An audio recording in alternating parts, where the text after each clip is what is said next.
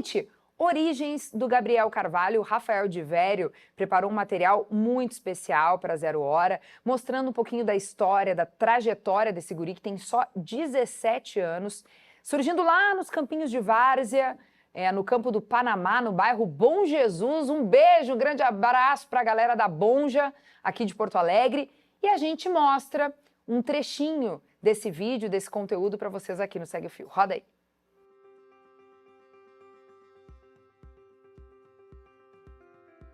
Cara, o Gabriel Carvalho, ele é um moleque que carrega junto com ele um sonho que todo moleque de periferia carrega, né? E o Gabriel, assim como todos nós, sempre teve desde muito cedo no campo de várzea, no campo do Panamá, no campo das carroças. Então ele representa nessa nossa molecada que desde cedo quer procurar um espaço para de alguma forma estar desenvolvendo seu talento. E o talento do Gabriel, como todo mundo sabe, é o futebol. Não à toa a gente está vendo o que é o Gabriel Carvalho hoje. Ele era um piá bem franzino, né? Ele não participava dos campeonatos. Eu acho que desde cedo a família dele, que a família Portuga, uma família que toda a família é envolvida com futebol, todo mundo craque de bola, uma gurizada que joga muita bola mesmo. Então ele tem no sangue dele o futebol, né? Mas o Gabriel, desde pequeno, ele rodeia a família dele, então tá sempre ali na volta querendo jogar. Mas eu acho que todo mundo já sabia que o futuro do Gabriel era muito certo dentro do mundo do futebol. Então ele estava sempre sendo preservado desde cedo aqui. Olhar o Gabriel assim, pela televisão, e ver que esse moleque vem na mesma quebrada que a gente, sem sombra de dúvidas, é aquela ponte do sonho, né? Então quando a gente enxerga o Gabriel correndo dentro de um campo, e até é importante passar essa mensagem para ele nunca esquecer que ele não representa só o Gabriel ali dentro. Ele tá representando, cara, quase 40 mil moleque que tá dentro da Bom Jesus, sonhando com aquele momento que ele tá vivendo, que também querem viver algum dia. Então para nós tá sendo uma felicidade compartilhada viver esse momento do Gabriel junto. Que baita material e depoimento de quem conviveu muito de perto com o Gabriel Carvalho, que é um guri que agora está sendo sensação aí entre os torcedores do Internacional, que estão gostando muito do que ele vem mostrando dentro de campo. E agora a gente conhece também um pouquinho da trajetória dele. A gente tem um quadro aqui no Globo Esporte, Vaguinha, Munari, CCD, que é o Na Trave. O Gabriel Carvalho ganharia o Na Trave com 7 anos de idade. Maravilhoso material do Vério, e esse tipo de situação, assim, a gente tá vendo cada vez menos no futebol, né? Por quê? Porque esse tipo de campo aqui, isso aqui não existe mais. Isso aqui não existe mais. Eu nasci em Porto Alegre, né? Me criei em Porto Alegre e na minha época, e eu tô falando isso lá final dos anos 80, início dos anos 90, quando eu tinha a idade do Gabrielzinho, isso aqui era muito comum, esse tipo de campo, assim, nas praças, né? Era mais frequente a gente ver cenas de crianças jogando futebol no terrão, no campo de terra, né? Que é ali que se aprende a jogar futebol, é aqui que se aprende a jogar futebol. Mas hoje a questão do crescimento, né? Como é que fala? Imobiliário, né? Expansão imobiliária. Especulação imobiliária. Acabou com esse tipo de campinho e enfim. Nas comunidades é mais comum a gente ver isso, e o Gabriel é cria, né? De uma comunidade lá do bairro Bom Jesus, e, cara, eu fico muito feliz em ver isso e ver esse menino aí, porque realmente, como disse ali o entrevistado, né, do projeto social, ele tá representando ali muitos meninos, né? Milhares de meninos que sonham com isso. Junto do que tu falou, Vaguinha, tem um outro ponto. É raro a gente ver algum jogador brilhar na dupla Grenal sendo de Porto Alegre. Começa por aí. Isso. A gente acaba vendo muitos jogadores aí de muito talento. Vamos pegar 2 jogadores bem tradicionais do Grêmio ali, que fizeram tão sucesso, uma dupla de ataque do Grêmio. O Cauã Kelvin e o Natan Fernandes. De fora. Goiânia e Rio de Janeiro. Então começa por aí. Vamos pegar do Inter, né? Pato, Paraná. Nilmar, Paraná. Né? Damião, São Paulo, né? Veio de São Paulo. É difícil hoje Porto Alegre. E aí pelo ponto que tu colocasse. Escassez de campos de rua, né? Escassez de campo, que a gente chama de campos de várzea. Então é muito legal a história. Que história bonita desse menino aí. Tomara que ele faça muito sucesso. Eu volto a dizer aquilo que eu falei aqui há alguns dias, né? Infelizmente vai embora, né? Vai. Infelizmente o torcedor não vai criar aquele vínculo, aquela paixão. com uma cria da base, porque o futebol europeu vem aqui ano que vem e leva ele embora. Essa realidade, infelizmente. o Vaguinha coloca, né? E é bonito a gente ver um campo de várzea em Porto Alegre. Eu sou criado aí também nesse ambiente do futebol. E Eu fui criado no Secob, é, que era Centro Comunitário do bairro Ipiranga. E aí tinha o campeonato dos centros comunitários. Era Secob, Seprima, Secoflor, Seve.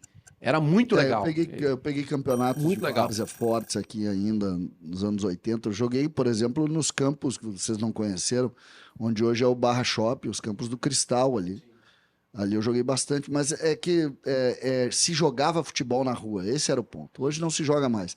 Mas, ao mesmo tempo, é muito legal ver um porto-alegrense, um menino que nasceu em Porto Alegre, que nasceu nos campos de várzea, poder brilhar em um clube de Porto Alegre, né? Uma pena que não é no Grêmio, que é no Inter, mas isso é... Não, mas é verdade, não tem problema, isso não pode diminuir o tamanho dele, né? Por que tá cada vez mais difícil de surgir, assim, talentos, assim, que vêm... Não tô falando só de Porto Alegre, né? Talentos que vêm do terrão. Eu vou citar o meu exemplo. Na década de 90, início da década de 90, eu só era chamado para voltar para casa, né? Eu ia pra quadra jogar. Quando anoitecia. Quando anoitecia, minha mãe gritava: Vaguinha, tá escurecendo, vem pra casa. E eu sozinho saía da praça e ia pra casa. Ou com meu irmão, com o pai. Hoje não existe mais isso. Não existe. Eu vou dizer que na minha vizinhança, eu brincava muito também na rua com os amigos e amigas, e o meu pai fazia um assovio. Eu já sabia que tinha que voltar. Não tinha nem chance de demorar 5 minutos. Era a hora de voltar. E era um tempo muito bom, né? Era um tempo maravilhoso. Só pra completar, E aí, Vaguinha, sabe o Inter, eu não sei se faz ainda, tá? Mas o Inter fazia lá em Alvorada, Munari, uma espécie de treino com... Era o Pinga que comandava esse tipo de treino. Tinha até o nome, que era...